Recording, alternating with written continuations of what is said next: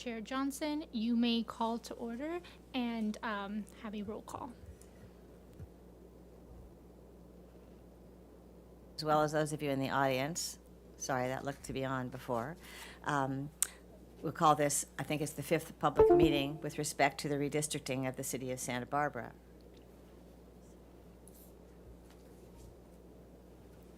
Chair Johnson, you may initiate a roll call with the commissioners.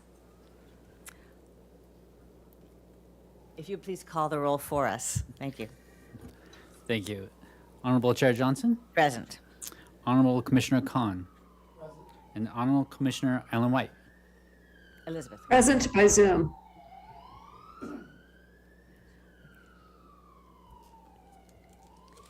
Thank you, Chair Johnson. And are there any changes to the agenda? None on my behalf. Judge Khan? Judge White? No changes. We may proceed to public comment. Thank you. We're going to do the public comment by Zoom first for those of you in the audience. And Michelle, I'll turn that over to you. Thank you. For the audience members who would like to participate via Zoom, you may raise your hand and we will announce your public comment and begin your time. There are no public commenters via Zoom. Okay. All right, thank you. We will then proceed to those of you who are in person. I'm going to do these in the order in which I have received them. Howard Green.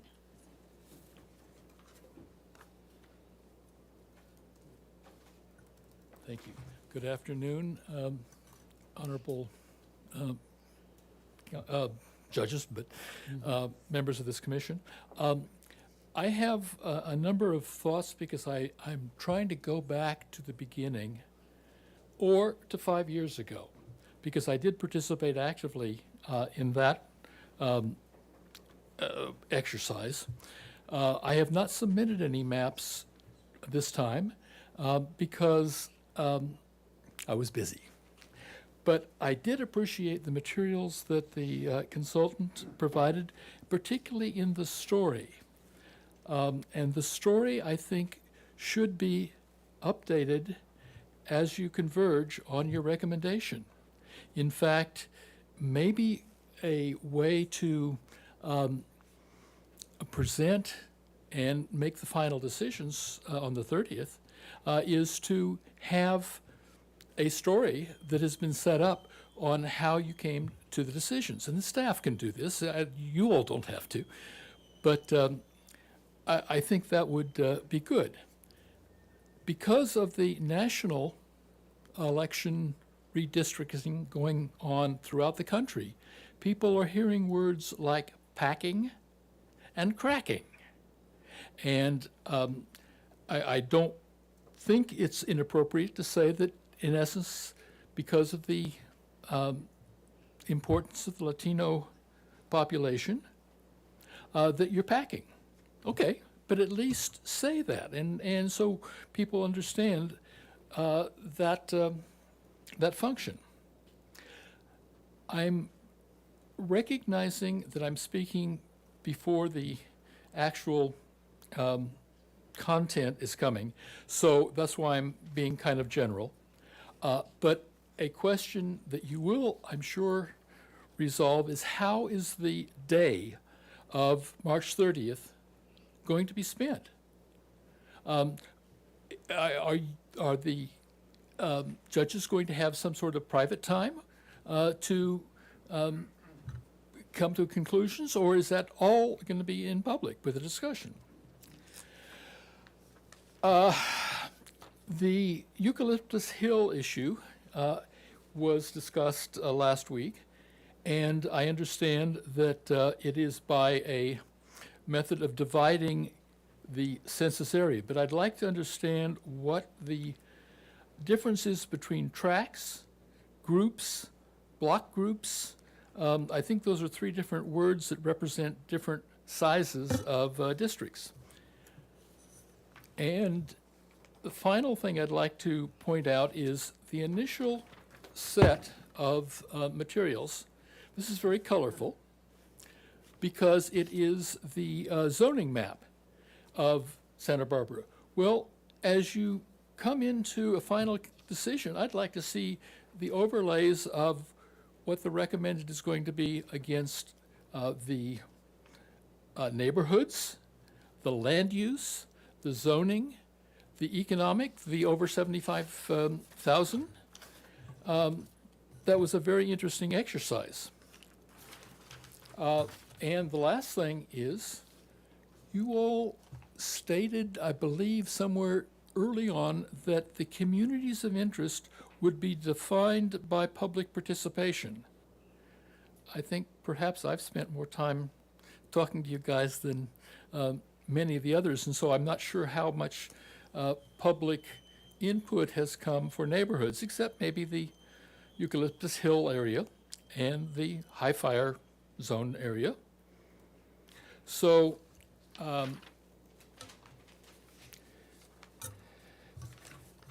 I guess I want to conclude with saying that the story technique is a very effective way of communicating things, particularly if you use what I deemed to be overlay maps. And that's where you take, in some cases, a proposed district versus the current district, but I'd like to see it done this evening between those that you're kind of settling on, so we can see what the hot spots are between the plans. So not against current, but between each other. Thank you. Thank you, Mr. Green. We don't generally comment in between the public comments, but I do want to assure everyone that whatever we knew about the RAN Act before, we know in spades now. There will be no private discussion among the commissioners about this. Everything will be in the public forum. We have carpooled up here on occasion and have scrupulously discussed the Dodgers and vacations and food and anything but this. So everything, all of our comments among ourselves will be in your presence. And I'll let Dr. Phillips deal with what are tracks and blocks and so forth. I'll put that to you next. The next speaker is Kristen Sneddon, Councilmember Sneddon.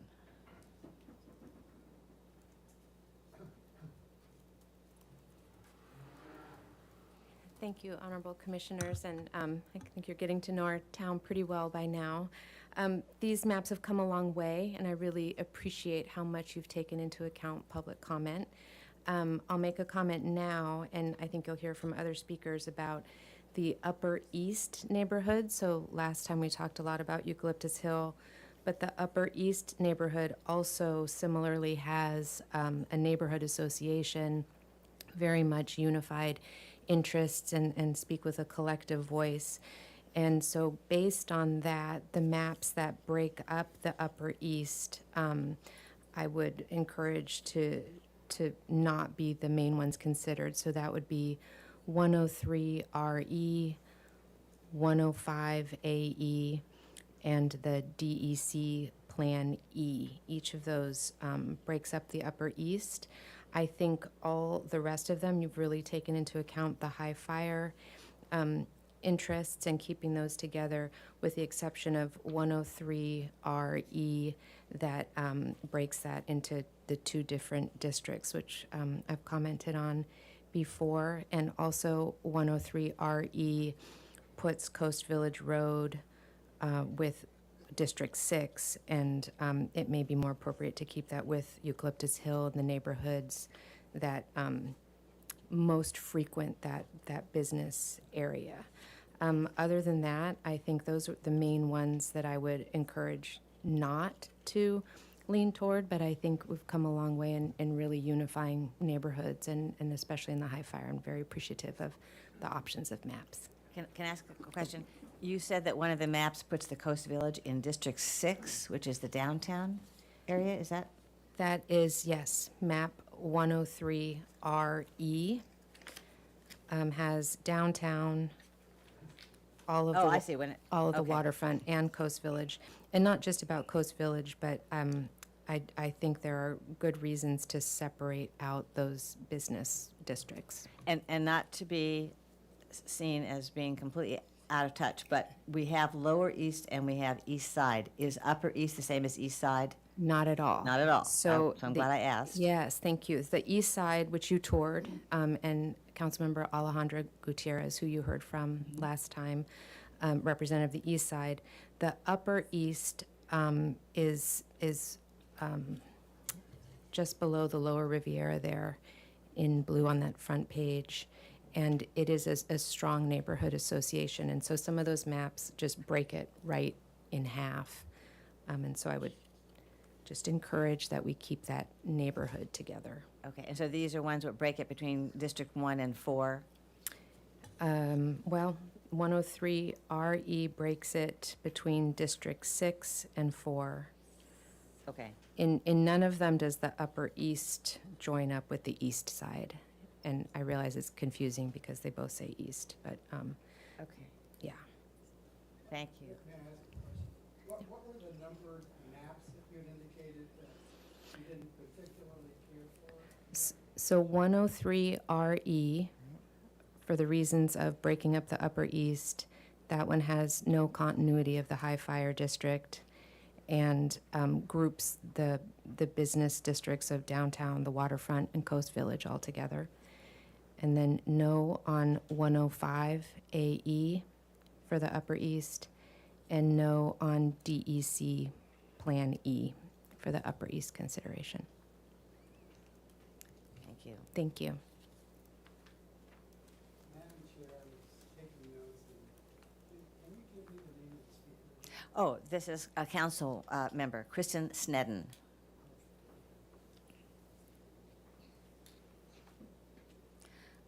I'm going to ask, because it's not specifically labeled, I think I am circling the correct part that Councilmember Snedden told me, but I want to be sure about that as we go. Oh, God, I'm looking at myself. I really don't like that. We can do this later, but that would be a question that I'd have, how that is circumvented, how that is circumscribed. Thank you. Our next commenter is Dr. Lanny Ebenstein.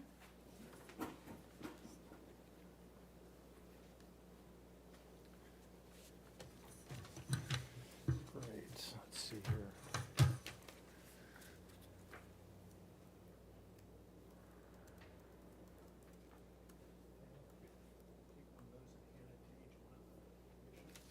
I guess only one commissioner, two commissioners are here in person, one is by Zoom, so. Do we have the ability to screen share with her?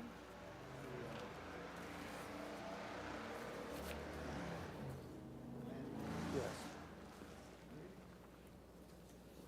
Yeah.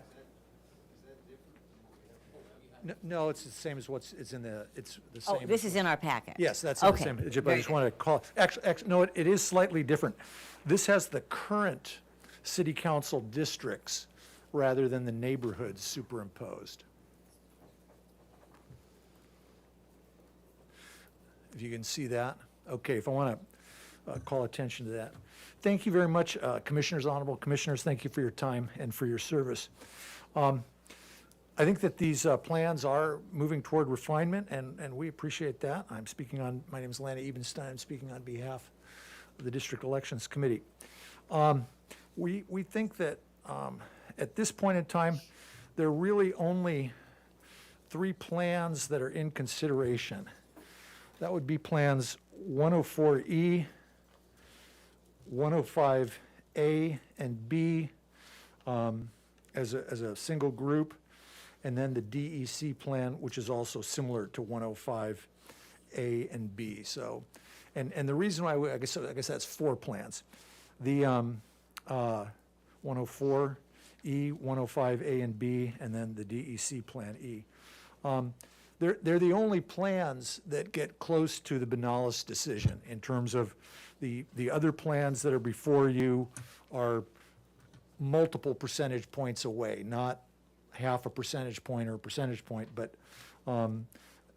particularly with respect to District 3,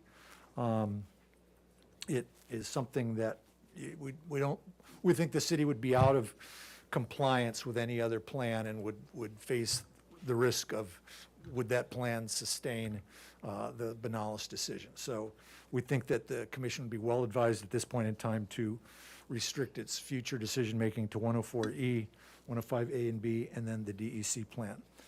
On a number of criteria, and perhaps this comes through more clearly on the map that I've given you that has the current districts, we think that the DEC plan is the objectively best plan. I want to respond to some of the comments that were made earlier during public comment.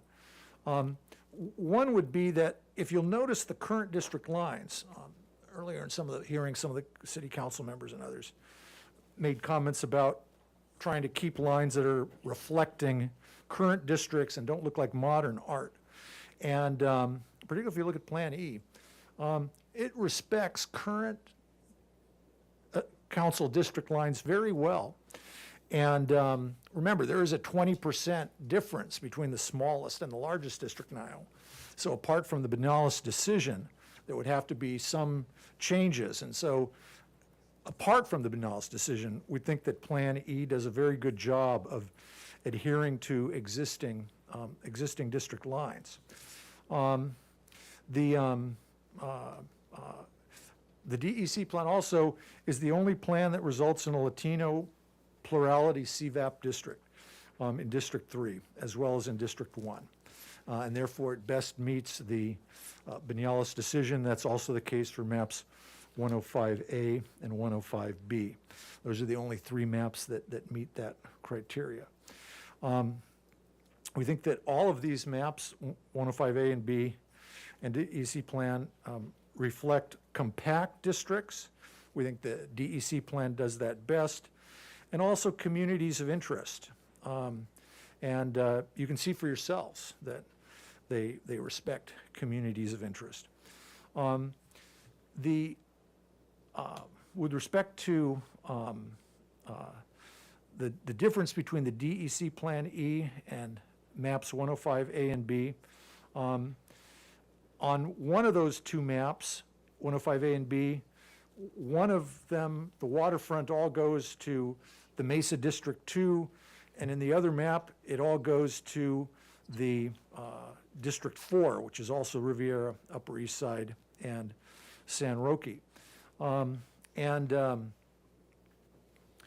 think that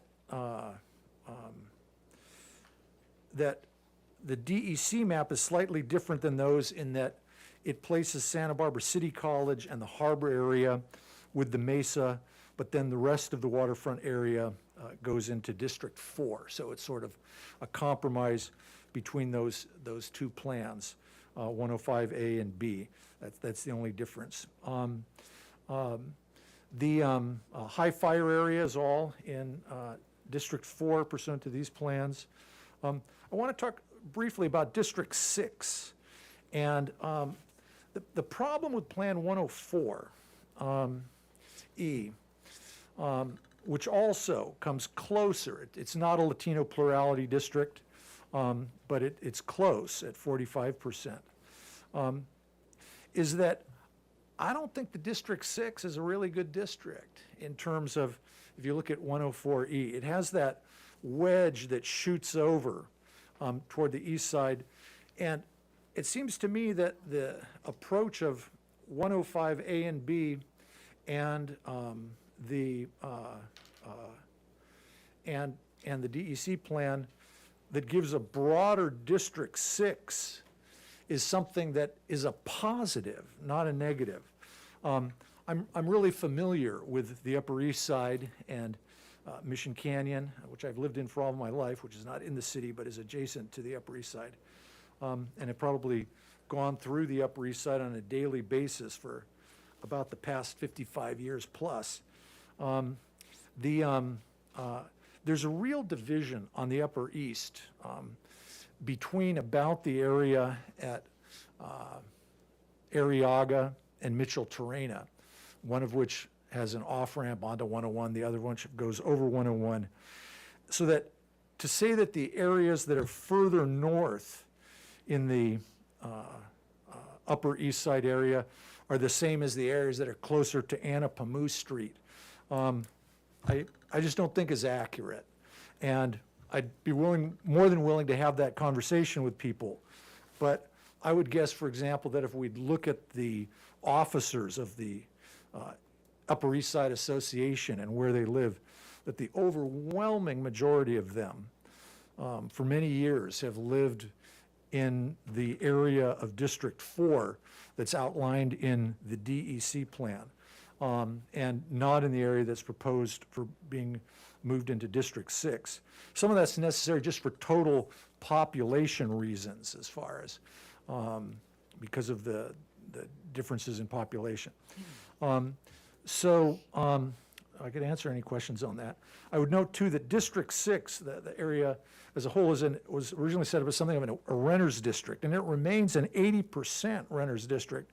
And again, there's a difference between the areas that are south, and the line here is drawn at Pedregosa Street, and the areas that are further north.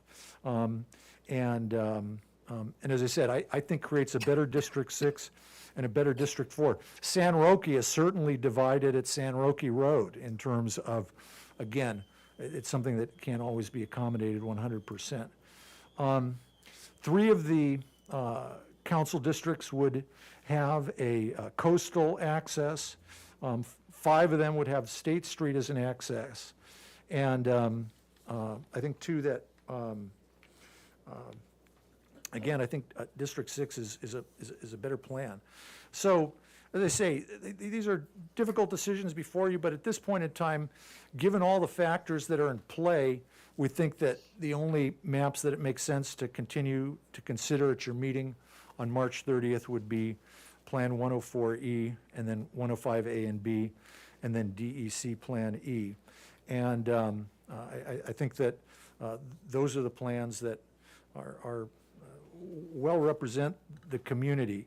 I did have some data, too, that came up at the last, I'm sorry, I have just one other bit of information, if that's all right, is that some issues came up of what was the population of some different areas that had been proposed for moving. We'd like to thank Dr. Phillips for the opportunity to work with him on these data. Is that one issue that came up was the neighborhood right around Santa Barbara High School, and to what extent it was characteristic of the Lower East Side versus other areas, the Lower Riviera, for example. And we looked at that area, and as we said at the last meeting, it really is an area that's sort of in between the two areas. The Nopal Street area is about a 43% Latino CVAP and a 49% white CVAP, which is very small difference as far as it's not quite a majority like the rest of the district, but it's darn close. And the 587 people who live in that area are important for total population reasons to be in District 1.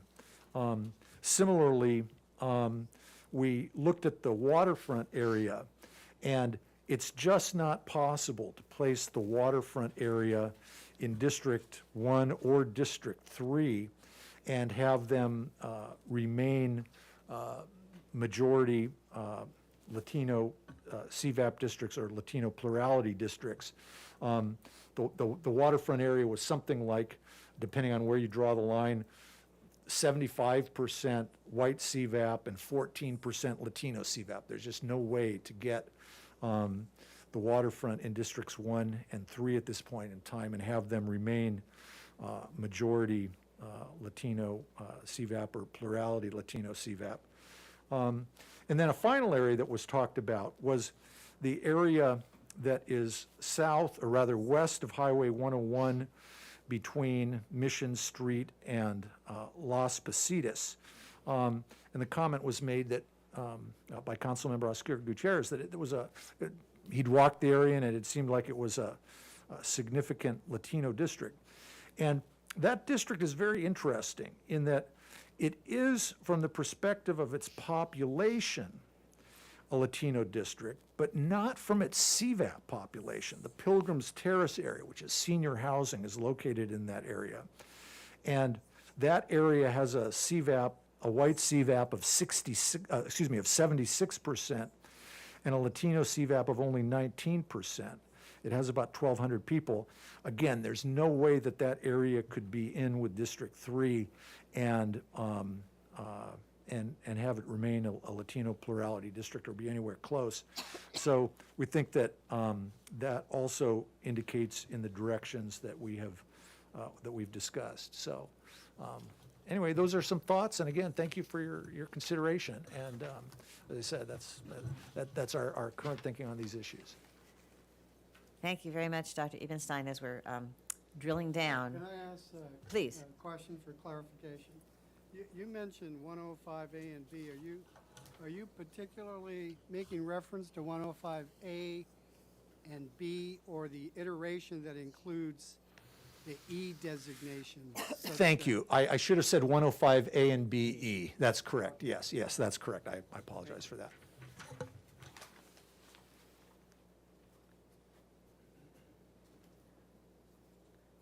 Thank you for asking that, Judge Kahn.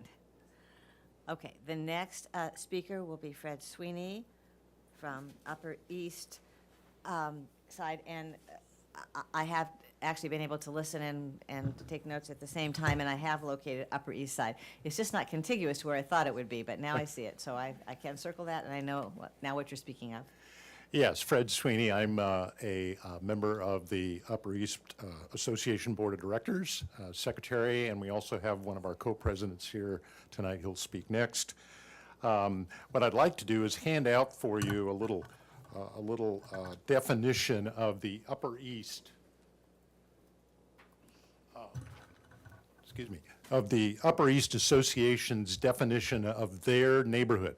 It's slightly different than the one that you may have seen in the general plan, if you've had an opportunity to look at our city general plan that was done in 2010, in that it goes all the way down to Sola Street and up to Olive, and then scoots up and takes in Roosevelt School, which the general plan doesn't.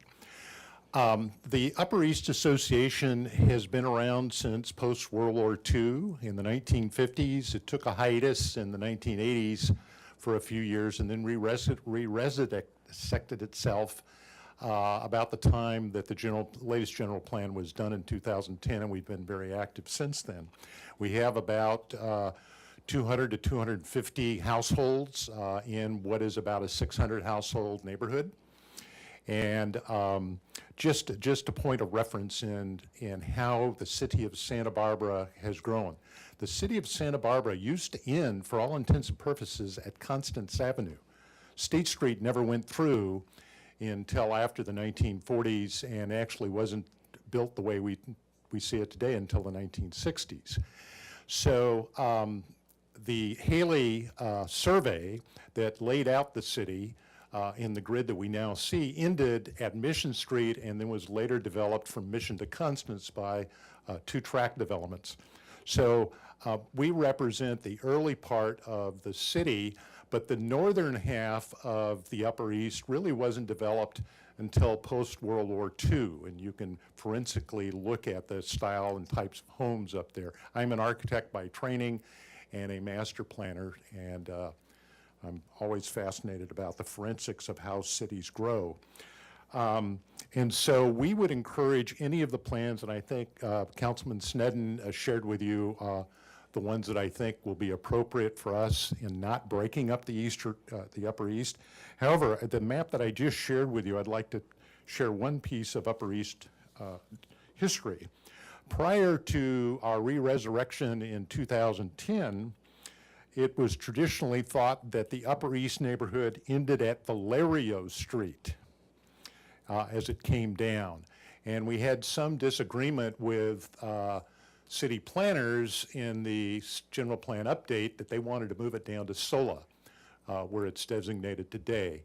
And because we think the population down there is different, the ownership is different, et cetera.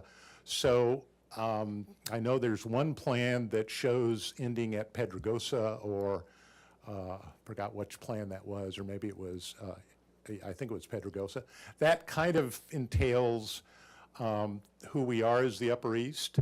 But I think any plan that breaks up the Upper East really does a disservice to the community, given the history of how that area below the Mission developed and below Mission Creek. So we would be very much interested in a plan that does that. We understand your job. We really want to compliment you. We wish that other states did what the state of California did and allow us to have commissioners that were essentially nonpartisan and able to really not get into the whole gerrymandering issue that we're seeing in other locations. I am a proud father of 2 Hispanic children. My wife is Hispanic, and I remember the days standing in a room with Cesar Chavez. So I understand completely where we're trying to go with this thing, and I really encourage that.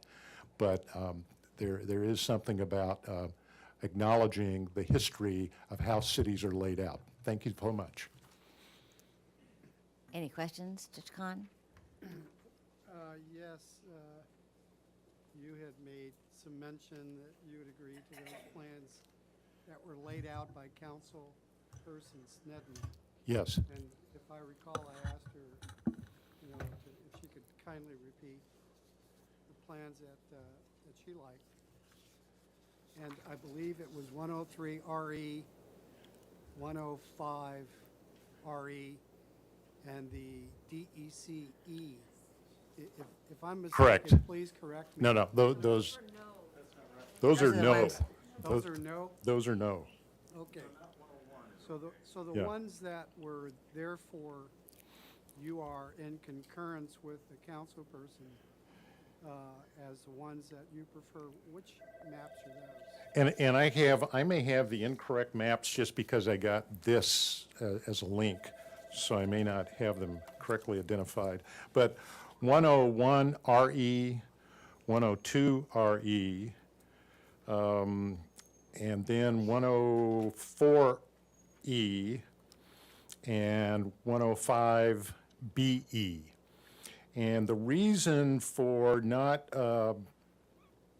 looking at the DEC Plan E is that it cuts the neighborhood out of Pedregosa, and it goes up to Laguna Street. So a big chunk of like-minded folks get cut out of that district. So that was a little bit not to our liking. Okay. Okay? Thanks for the clarification, by the way, because I Okay. did write disapproves of, and I didn't pay attention to that part Okay. when I made reference to the plans that I had earlier mentioned. Yeah. This is a difficult task, not easy. Thank you. Thank you. Thank you, and I appreciate you referencing Cesar Chavez. I presume you also saw Dolores Huerta at those things? Okay, this is National Women's Month, just so you know. Our next speaker. All right, a proud moment. Good morning. Is it Steve Steve, yes. Furnell? Forcell. Close Forcell, enough, though. Forcell. S-E-L-L. S-E-L, My got it. penmanship, probably. Well, I can relate to that. Thank you, commissioners, for having me speak. I have to say that I only became aware of this yesterday. I kind of assumed that all of the redistricting was done by this point, but Councilwoman Snedden brought it to our attention, and so I've had just today to look at the different options. But it is clear to me one thing, and that is keeping the Upper East with one representative. I am the co-president of the Upper East Association for the last 5 years, and I've been on the board for maybe 15 years. I'm not speaking for the board, I'm speaking for myself. However, at our board meeting last night, there was pretty much of a consensus that they did not want 2 representatives. Having Councilwoman Snedden come to our meetings occasionally to bring us up to date on what's going on in the county, or in the city, and from the city council, is enormously helpful to us.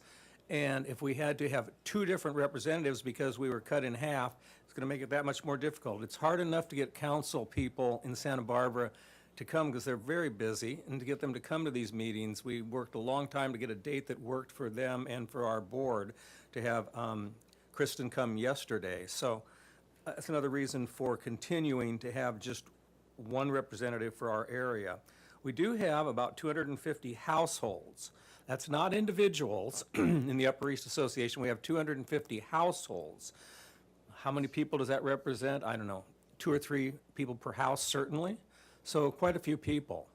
And that gives us an opportunity to have some sway in issues that are relevant to our neighborhood, to be able to come to a council person and be able to say, we're right here, we've taken a survey, and here's how the survey came out with traffic or whatever, hedges, whatever the issue is, and be able to bring that to them and say, this is representing 250 households in your area. If we have to do that with 2 council people, it's going to be that much more complex. And I did want to make one comment about my friend, Dr. Ebenstein, who I very much like and have known for many, many, many years. Yes, he does walk on the Upper East Side, but I don't think, I've lived there for 37 years, and I don't think that a casual walk through the neighborhood is really the same as living there. And so I disagree with him about the division of the lower part of the Upper East Association. We've discussed that before, where the cutoff line should be, and we are in consensus on the board that it should be where it is now, not altered. So I appreciate your time and your effort, and I thank you. Thank you very much, Mr. Forcell. Are there any other persons who wish to comment at this stage? There'll be further opportunity, of course. All right, thank you very much. Then I'll turn this back over to you and Dr. Phillips. Thank you, Chair Johnson. We may now move on to the presentation by the city's demographer, Dr. Phillips.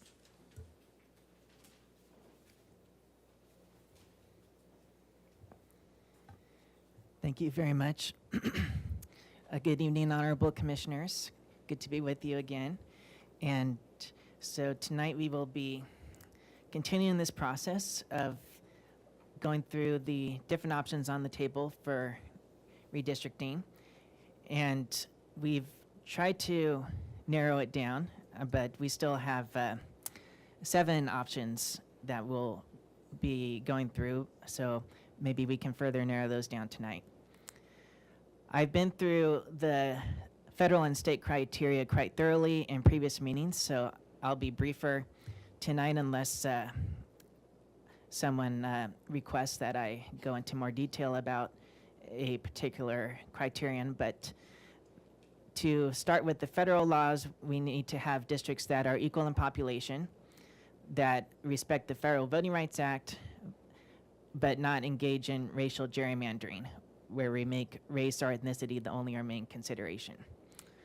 With the state criteria, it's a rank order, so the ones that are higher in the list are higher priority. The very first is to have districts that are contiguous. Second is to not divide neighborhoods or communities of interest, which are socioeconomic geographic areas that should be kept together. Third is to have districts with easily identifiable boundaries. And fourth is to have districts that are compact, in that they do not bypass one group of people to get to a more distant group of people. And lastly, there shall the district drawing shall not favor or discriminate against a political party. There are other traditional redistricting principles that you may consider, so long as it is not at the expense of the federal and state criteria, which includes minimizing voters shifted to different election years, respecting voters' choices or continuity in office, accounting for future population growth, and preserving the core of existing districts.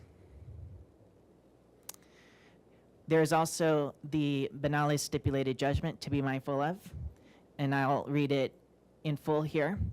The intent of the parties is the electoral district maps shall include 2 electoral districts in which Latino eligible voters constitute a majority of the eligible voters according to the most recently available relevant estimates from the Census Bureau's American Community Survey, tailored to the greatest extent possible in a manner consistent with the federal and state law, so as to address any issue of vote dilution.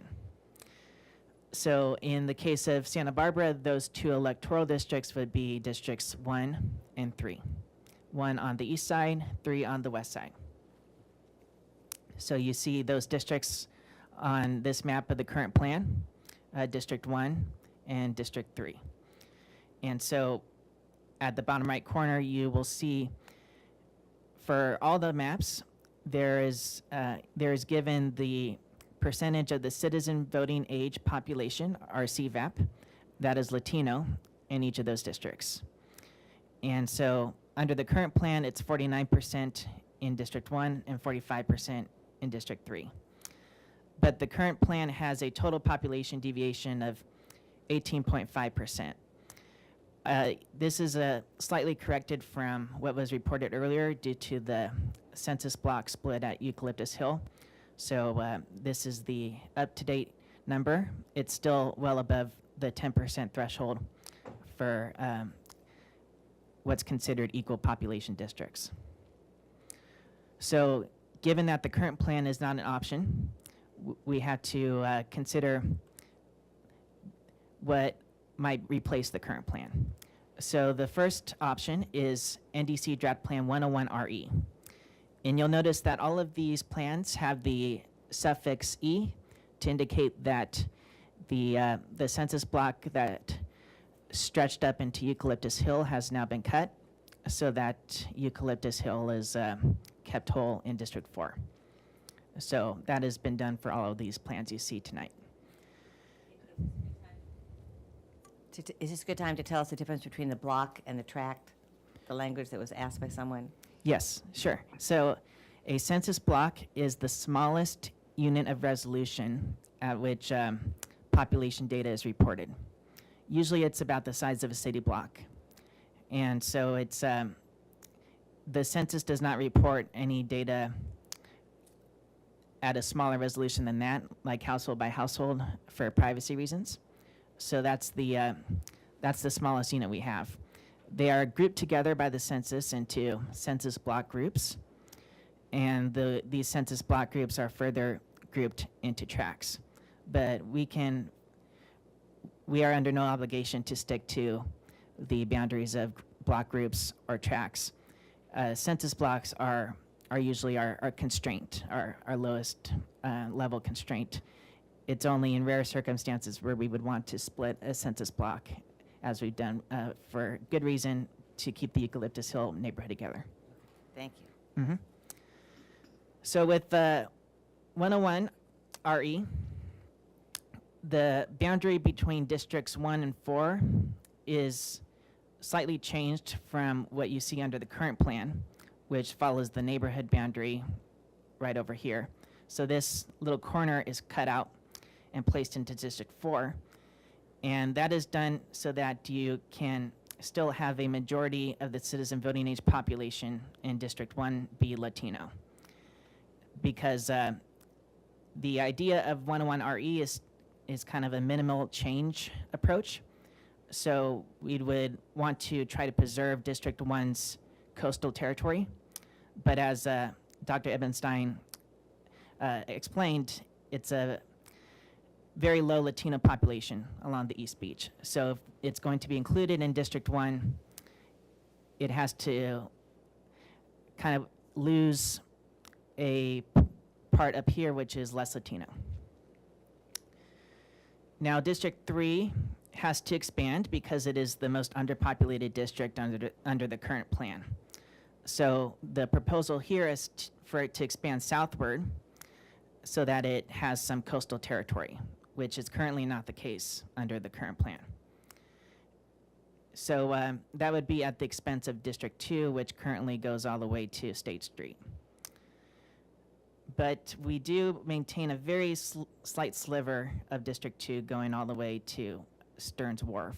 So if you count that as being part of State Street, then under this plan, all districts have a piece of State Street. So Districts 5 and 6 are essentially unchanged. And like I said, it gives each district a piece of the coast except for District 6, and gives every district a piece of State Street. With 102 RE, District 1 is no longer on State Street. It shifts east a little bit so that it takes in that area around Santa Barbara High School that was talked about earlier. And so the result, on the other side of the map, District 3 shifts west so that it's completely west of the freeway and covers the whole west side and lower west neighborhoods. So the District 3 really does a good job keeping those two neighborhoods whole under this plan. District 2 has to gain population elsewhere, so it shifts east to get the waterfront area. District 6 in turn shifts south so that it covers the whole central business district, including downtown and everything that is on that side of the freeway. And districts 4 and 5 are essentially unchanged. With this plan, you have a deviation that is 8%. You have 51% Latino CVAP in District 1 and 40% in District 3. I neglected to give those statistics for the last plan, 101RE. So 101RE actually has the lowest deviation of all the plans, which is just over 6%. You have a majority, like I mentioned, in District 1, Latino. In District 3, it's 42%. So while it's not quite a plurality, it is a higher percentage than you get with some of the other plans, like 102 and 103. And that was actually accomplished by taking District 3 a little further up so that it includes La Cumbre Junior High School and the apartments that are on the far side of the junior high school. And we actually split another census block in order to accomplish that. And the bulk of the Latino population in that census block is actually, as far as we can tell, in that area that is included in District 3. So there's actually good reason to believe that this number, 42%, might actually be higher, because the way we split census blocks is we have to kind of just assume that the Latino population, or whatever population we're talking about, is evenly spread throughout the census block. But that census block includes everything up to Montebello Drive, and there's good reason to think that that area is substantially less Latino than what is grouped into District 3, the area right off of Modoc. How many people were? Yeah, that census block has, I don't have it at the top of my head, but it's several hundred, like 500, I think. So yeah, with 102 RE, you would also have that area off of Modoc in District 3, as well as the other side of Modoc that's closer to the freeway. With 103 RE, District 1 gets the vast majority of the Laguna neighborhood, including Santa Barbara High School. District 3 is essentially the same as, or exactly the same as what you have in 102.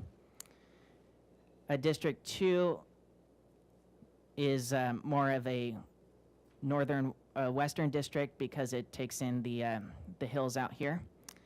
And District 5 takes in the area up here. And District 4 has to shift so that it takes in the area above Mission Street and east of Garden. And these, as was mentioned, this would break up those two neighborhoods of Upper East and Oak Park, but it is along major arteries. And then District 6 would become a downtown and waterfront focused district. This has a higher population deviation of just under 9%, and you have CVAP statistics of 50 and 40. 104E has a District 1 that shifts east and takes in the Santa Barbara High School area. District 3 also shifts east so that it actually has a boundary with District 1 along Garden Street. And it also goes north to take in La Cumbre Junior High School. This is a slightly changed from the original iteration of 104, which took in a lot of the Bel Air neighborhood because of that large census block. But now that we've been able to split that census block, we don't have any of the Bel Air neighborhood in District 3. So the result is a District 3 that that makes a little more sense in that respect. And District 6 does have to cross the freeway for population reasons, but it stays on the east side of Modoc. District 2 would shift east to take in most of the East Beach neighborhood, but not all of it, because there is a little piece of the coast that District 4 is able to get. And but besides that, 4 and 5 are essentially unchanged. With this plan, it's a deviation of just over 8, and that's relatively lower than some of the other plans. And you have Latino CVAP in District 1 of 51%, and in District 3 of 45%. So not quite a plurality, but pretty close. And so that could be a that's something to consider with that one. With 105AE, we have District 1 shifting east and District 3 shifting east, so that you have that border between the two along Garden. But what's different about this is that District 3 spans both sides of the freeway. So with the other plans, the freeway is used as a boundary between Districts 3 and 6, but here the boundary is Castillo Street. And that causes District 3 to be more of an L shape. It stops at Mission Street. It doesn't go up to La Cumbre Junior High School. And District 6 expands into Upper East and crosses the freeway to reach Modoc. District 2 now has more of the west side neighborhood, but less of the beach area. But City College is included in its entirety in District 2, which is different from the original iteration of 105A. District 4 loses part of the Upper East, so it has to compensate by getting population elsewhere, which is along the waterfront. District 5 is nearly the same. This has a relatively higher deviation of just under 9%. You have 51% Latino in District 1 and 46% in District 3, which is effectively a plurality. In 105BE, it's very similar to 105AE, which is why it's given the same initial number. The Districts 1 and 3 are identical. It's just about how the surrounding districts are treated. So rather than split Upper East, District 6 comes over to get more of the west side neighborhood. And it has to come over because it lost a lot of its population that is on that side of the freeway, between the freeway and Castillo. So in turn, District 2, because it lost a lot of its territory, has to look to the east, but it doesn't have to go all the way east. It stops at Milpa Street, so that you give District 4 a piece of the coast. And District 5 is essentially unchanged. That leaves the final plan under consideration tonight, which is the DEC Plan E. And DEC Plan E is very much based on 105AE. And it just makes some adjustments in particular areas to achieve an officially Latino plurality District 3. And so I can, if you wish, go into the interactive review map to show you the overlap between the two to see what slight changes have been made between those two plans. But it has a deviation of just over 9%. So happy to take your questions about any of these plans, and also, like I said, I'm happy to go into the interactive review map to delve into these a little bit more. Thank you. Let me start with the commission, and I can't see Judge White, but do you have any questions, Judge White? I am concerned about the division of the east side. It seems like we have a concern from Mr. Sweeney and also from Dr. Evanstein about that, and I want to see if we can't address it. I would like to see the overlay that Dr. Phillips mentioned so that we can see more closely exactly how that plays out. Can we go ahead and do that now, Doctor? Sure, yeah. And I just want to make the record clear. Your reference to splitting the east side was actually to splitting the upper east, which is, it sounds similar, but they're very different neighborhoods. Okay, So, thank you. Thank you for the correction. Yeah, so the overlay that you would like to see, could you remind me again what that is? Mr. Sweeney indicated that he wanted to keep Upper East together and he preferred, for example, 105BE. But Congressperson Snedden, she indicated that she preferred DEC Plan E. So those were the two that I was hoping we could perhaps see an overlay to get a comparison. With all due respect, I don't believe the council member preferred DEC Plan E. I'm sorry, she said that it broke up the east side. Yes, yes. So, And Dr. Evanstein said that he preferred DEC Plan Yes. E. I Yes. stand corrected. yeah, so this is DEC Plan E. And which other plan would you like to compare it to?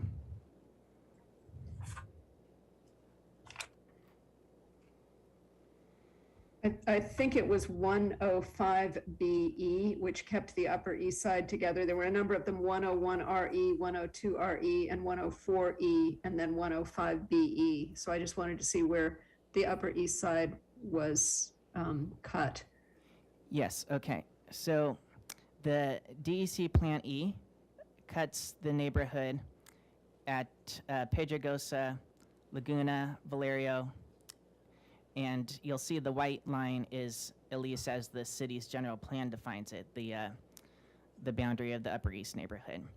So the other plans keep that neighborhood all in District 1. So And how does that then impact obtaining Latino plurality when we do that overlay? Where does that alter the percentages? So it depends on which plan you're referencing. So I can go through each of the plans that keep the Upper East together and tell you what the Latino numbers are for them. Is that what you're asking for? Yeah, but that would be helpful. I mean, if we can keep Upper East together and still maintain the Latino plurality. Yeah, so I'll go through those really quick. Okay, so 101RE, Upper East is together. You have, and I'm gonna focus on District 3 because that's where the issue is. You have 42%. So just keep in mind 101, 42. 102, 40%.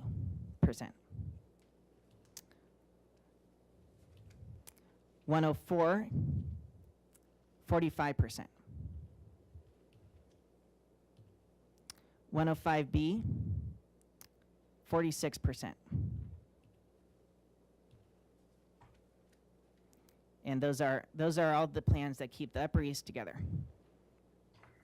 So if we were to look at the greatest percentage of Latino CVAP, it would be 105B that keeps the Upper East Side together, that gives us the greatest Latino plurality.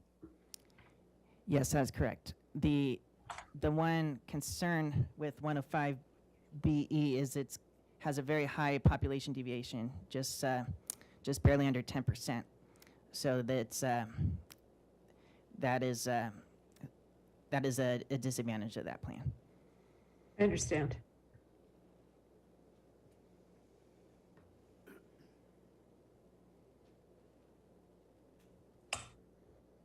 Judge White, anything else? No, thank you. Judge Khan? Yeah, does 105BE, in addition to keeping the Upper East area intact, as we've heard concerns about, does it also keep the Eucalyptus Hill area inclusive of the areas that we have previously heard testimony about in the last meeting and highlighted to some extent in this one? Yeah, every single plan that I presented tonight has the E suffix, which means Eucalyptus Hill is kept whole in District 4.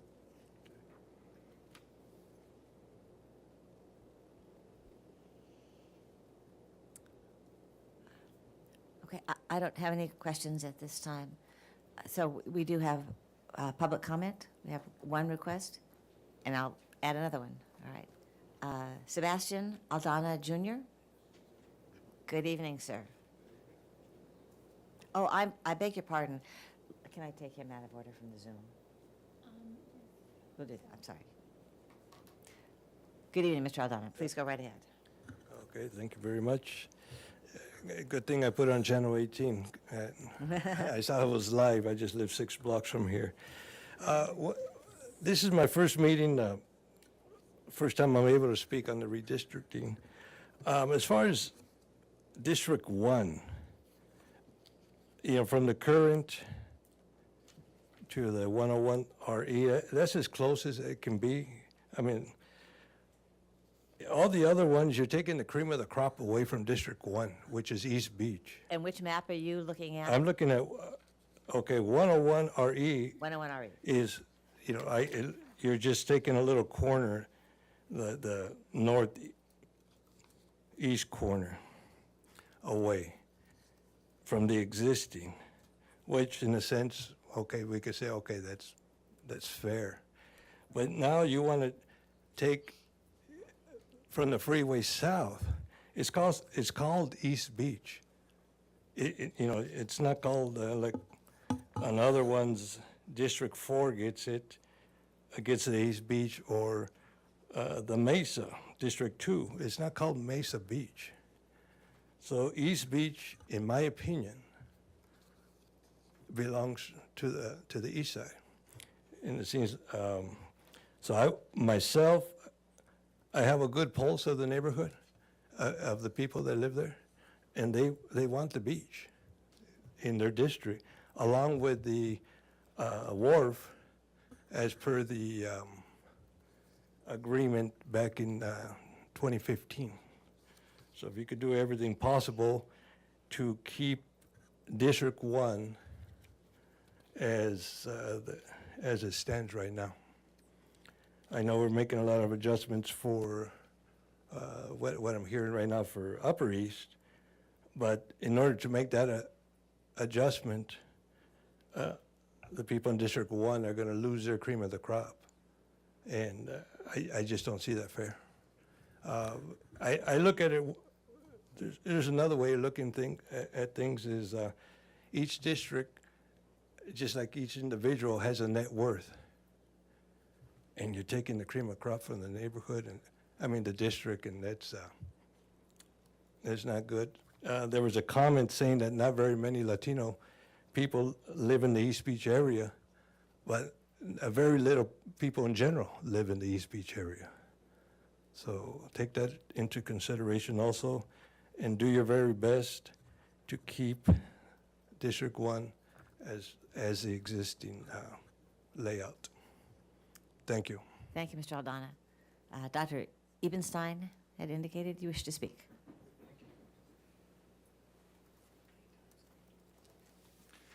Thank you for the opportunity to speak again. I really appreciate it.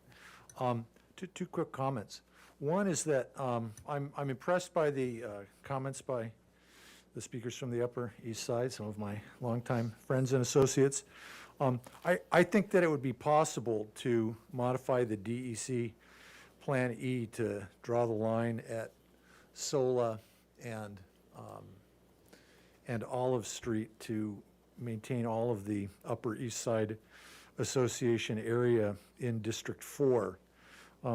As I've mentioned, we're talking about a relatively small number of blocks, and I was interested and in fact didn't know that the line was at Sola Street. The further south you go, it does shift from the areas further north. And so I believe that if, again, I think that the commission should give direction to focus on the plans that, among other things, meet the requirements of the Benales decision, and then perhaps also give direction to make any modifications to bring the Upper East Side in to District 4 if that seems feasible. And then just one final comment too on my friend Sebastian Aldana's comment. Regrettably, I think that there are more people who live on the waterfront area than you would think. And when Dr. Phillips and I went over the data, it's something like 2,083 people was the note that I have written to myself there. So if it were a few hundred people, then it might be possible to shift the area in and make some other arrangement. But it would be very difficult, I think, to move both for the reasons of CVAP and total population to shift the area that is in the waterfront into District 1 or District 3. So again, possible, but I think it would be very difficult. Thank you. We're going to go to Zoom. I forgot to just check with them first to see if there are any Zoom requirements, and I am told there are no requests to speak. So Councilwoman Stettin.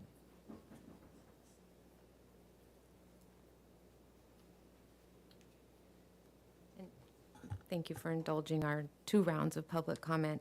I think it might be easier for me to say in the affirmative which plans satisfy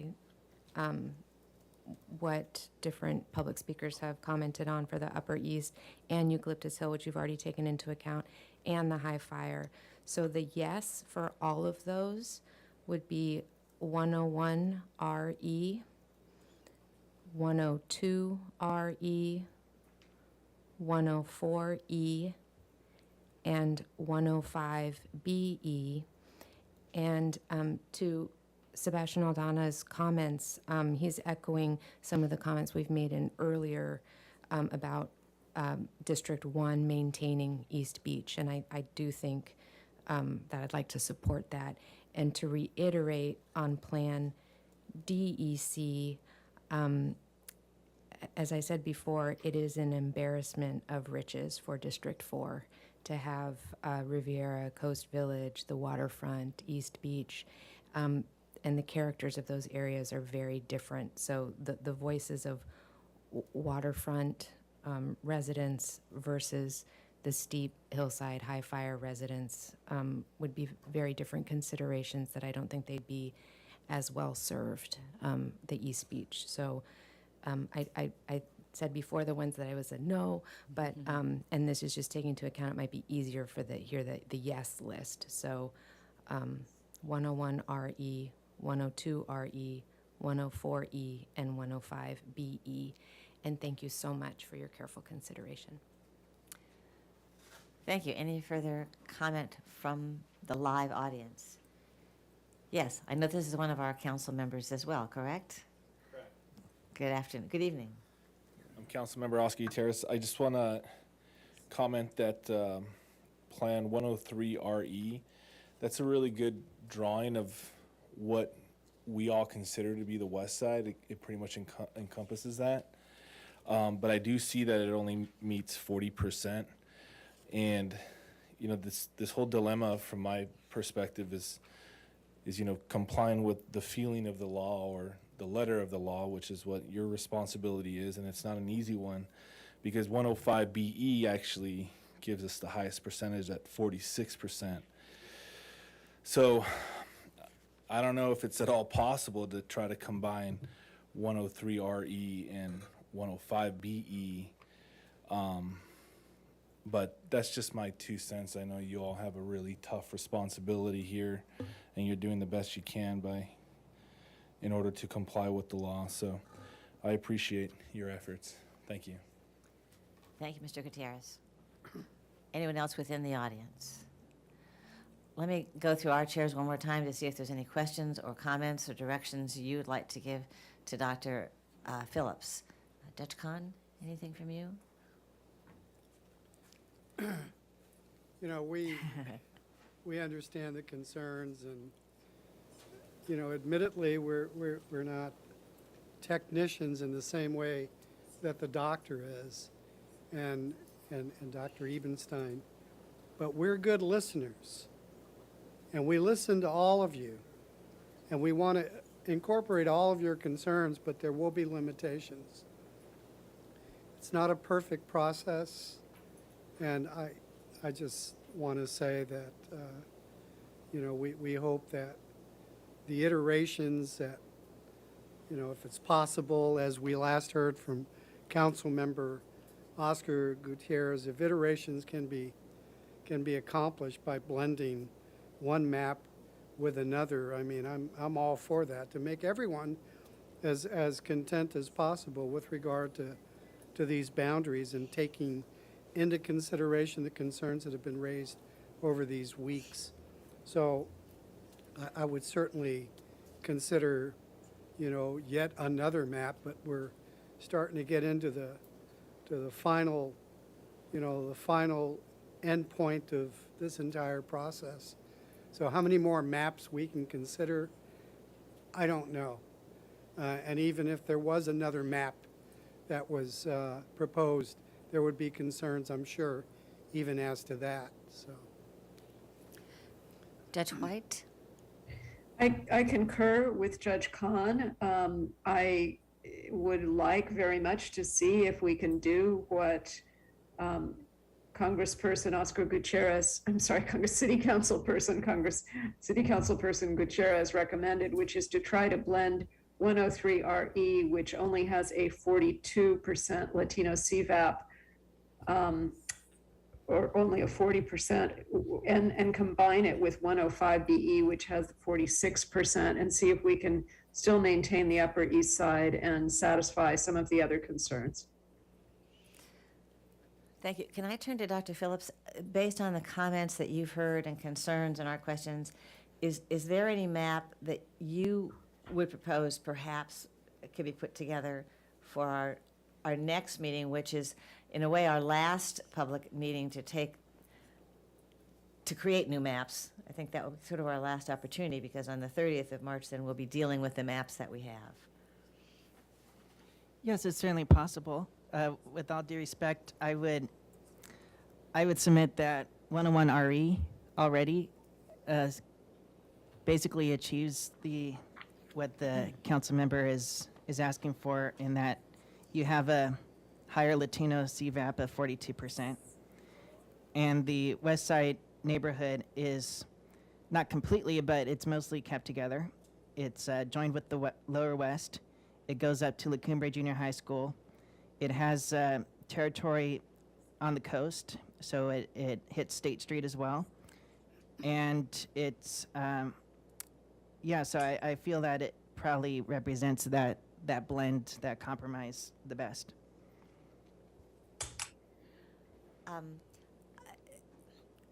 I'm a very visual person, and I like to create maps and charts for myself. And you can see me typing constantly, and it's not because I'm not listening to you, it's because I'm listening to you very hard, but I cannot read my own handwriting.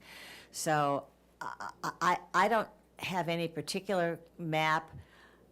Really, I hate seeing myself on the screen. Every time I look up there, I have to stop what I'm saying. I don't have any particular map that I'm asking Dr. Phillips to create. If the district commission members think of anything, I'm sure we can communicate between now and the 9th. But my chore for myself, my self-assigned homework is going to be, the way I do it, is to have all the maps with all of the federal, state, and other considerations laid out and ranked, and my own kind of guidelines for what each one accomplishes or doesn't accomplish. And those include the communities of interest and the very local issues of having contact with the beach area, contact with the downtown area, and so forth. So I'll be doing that probably not before the March 9th meeting, but certainly before the March 30th meeting. And if any of us have any maps we'd like to have created, I'm sure you'd be able to do it for us. Correct, for the 9th. We'll try to give you a lot of notice if we have one. Any other comment from the members of the public here or from the members of the commission?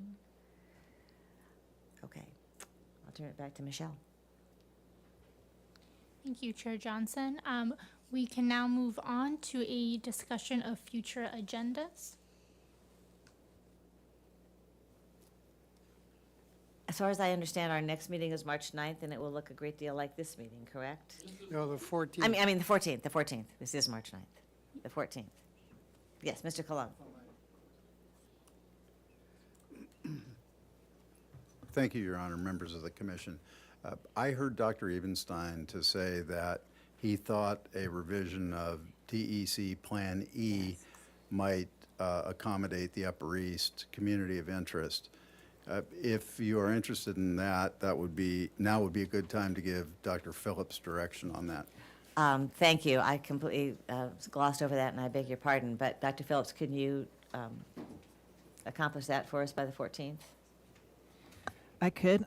I will say, though, it would look very similar, if not exactly the same, as 105 BE, Okay. which, like I said, districts 1 and 3 are 51 and 46, and you have the Upper East kept whole. So there might be little adjustments here and there that I can make to maybe achieve a official Latino plurality that I could maybe look into. Thank you. All right. Michelle. Thank you. If we could show the last slide of the presentation, please. So our next hearing will be on Monday, March 14th from 6 p.m. to 7:30 p.m. We wanted to note the location. It will be held in the City Council chambers. This is also the location that we plan to hold the March 30th hearing, in which the IRC will select a certain new electoral district map. So just so the public is aware of where that will be held in time. All right. Thank you. If there's nothing else, is there a motion to adjourn? So moved. Okay. Judge White? Did you go? Second. All right. It's unanimous. Thank you very, very much. We have continue to learn and continue to drill down. It's very helpful to us. Thank you.